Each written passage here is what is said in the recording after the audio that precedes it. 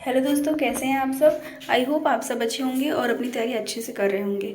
तो ये मेरा जो हमारा सीरीज 1 था महत्वपूर्ण इतिहास के प्रश्न, तो ये सीरीज 2 है जो कि इतिहास के महत्वपूर्ण प्रश्न है जो कि मिक्सअप हैं।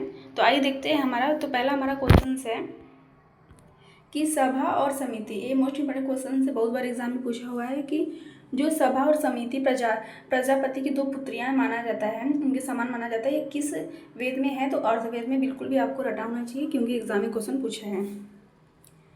अब हमारा नेक्स्ट क्वेश्चन गायत्री मंत्र, ये तो बहुत लोगों को पता होगा। तो गायत्री मंत्र हमारा किस वेद में है। गायत्री मंत्र तो ऋग्वेद में है।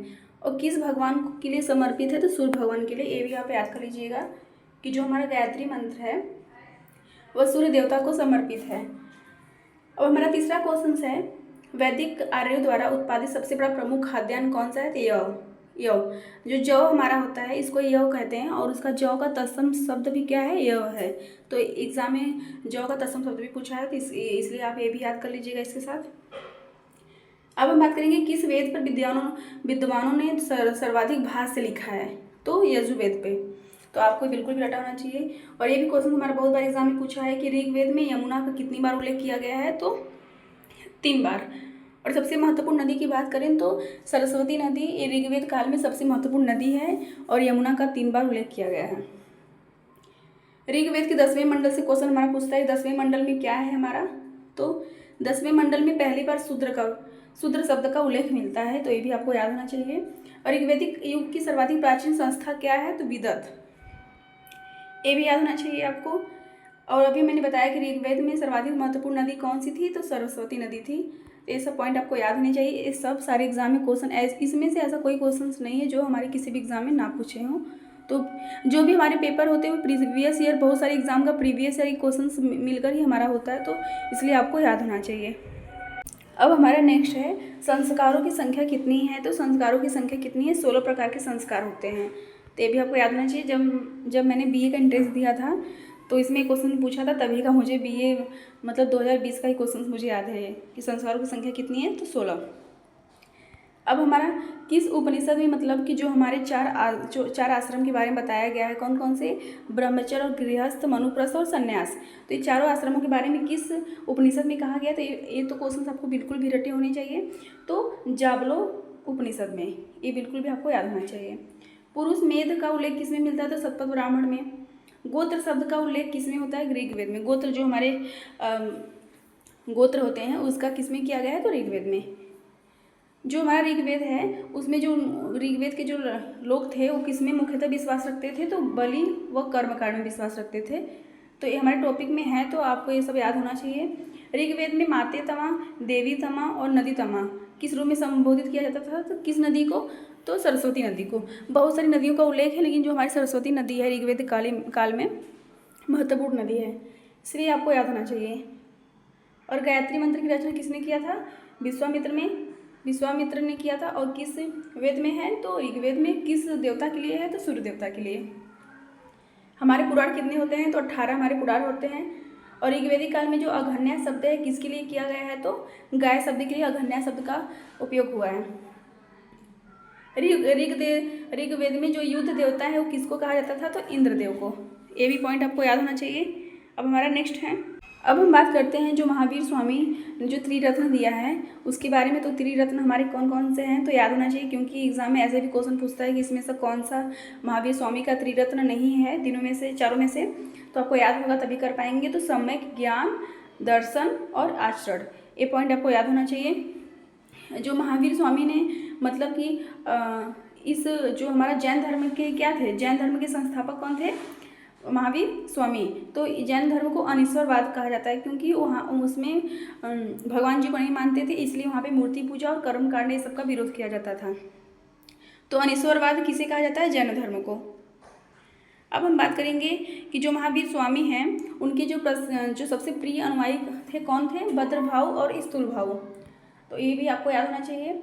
जैन धर्म की, जैसे कि अभी मैंने कल की वीडियो में बताया था कि जो हमारा महाजनपद होता है उसका मतलब उल्लेख कहाँ पे मिलता है। तो बौद्ध धर्म के जो हमारा अंगुत्तर निकाय होता है उसमें मिलता है। तो जैन धर्म में भी मिलता है, किसमें, भगवती सूत्र में भी। तो ये दोनों एग्जाम में क्वेश्चन पूछा, या तो अंकुरतम निकाय से क्वेश्चन पूछता है या भगवती सूत्र से पूछता है। तो कौन सा बौद्ध धर्म से संबंधित है, कौन सा जैन धर्म से संबंधित है, आपको ये याद होना चाहिए।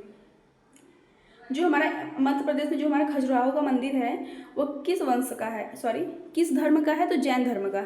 ये भी पॉइंट बिल्कुल भी याद होना चाहिए, क्योंकि अगर हमें नहीं याद होता है तो फिर हम कन्फ्यूजन होते हैं, तो जिससे कौन कौन सा धर्म है, बौद्ध धर्म है कि जैन धर्म, तो हमें क्लियर नहीं हो पाता है। तो जो हमारा खजुराहो का जो जैन धर्म जो मंदिर है वह कहाँ पे है, खजुराहो का। तो खजुराहो का जो खजुराहो में जो मंदिर है जो हमारा मध्य प्रदेश में है वह जैन धर्म से संबंधित है। और किसने बनवाया था, तो चंदेल शासकों ने बनवाया था। और जो खजुराहो का जो जैन मंदिर है वह जैन धर्म और बौद्ध धर्म दोनों का पवित्र स्थल माना जाता है। अब हमारा नेक्स्ट है जो माउंट आबू।